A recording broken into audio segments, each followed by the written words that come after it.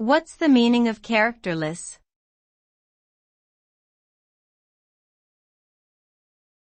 Characterless.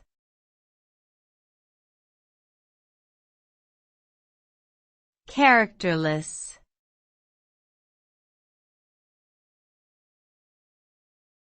Characterless.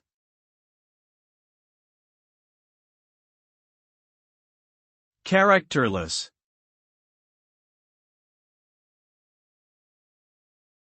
Characterless describes something or someone that lacks distinct traits or qualities that make them unique or interesting. It implies a lack of personality, individuality, or distinguishing features. This term is often used to describe things like generic buildings or generic items that lack any unique or defining features.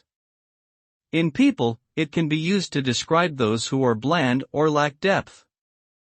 Essentially, when something or someone is characterized as characterless, it suggests a lack of distinction or any memorable or noteworthy characteristics.